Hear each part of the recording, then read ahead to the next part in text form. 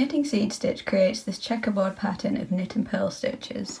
It gives a really nice texture and it's very easy because you're just alternating knits and purls. So I've cast on 10 stitches to demonstrate, so I'm first going to do a knit stitch, followed by a purl stitch, and just repeat that knit one, purl one across the entire row.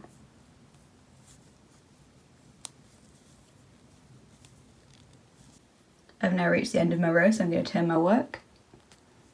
And I'm going to look at my previous row to identify what stitches I need to knit here. So I can see that this is a knit stitch because it doesn't have this bar across that this second stitch has. All the stitches with these bars across are purl stitches, and the ones without are knit stitches.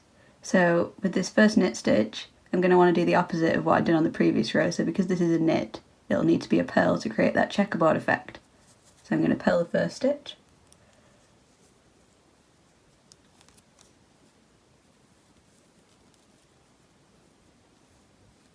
And then I can see the next stitch is a purl stitch with that bar across, so I'm going to knit into that one. And repeat this across the row, just knit one, purl one. So I've reached the end of my row again, and we can already see that checkerboard pattern starting to take place where you can see those purl stitches that go up and down between the rows. So I'm going to turn my work and do that again. So here I can see a purl stitch first, so that's going to need to be a knit stitch for this next row. So I'm going to knit into that one.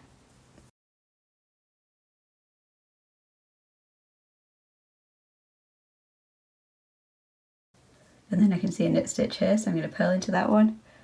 And just looking at this previous row is really useful because if you ever need to put down your work and pick it up again, you can just have a look at what the next stitch is, and then you know you're going to need to do a knit stitch because this one's a purl stitch.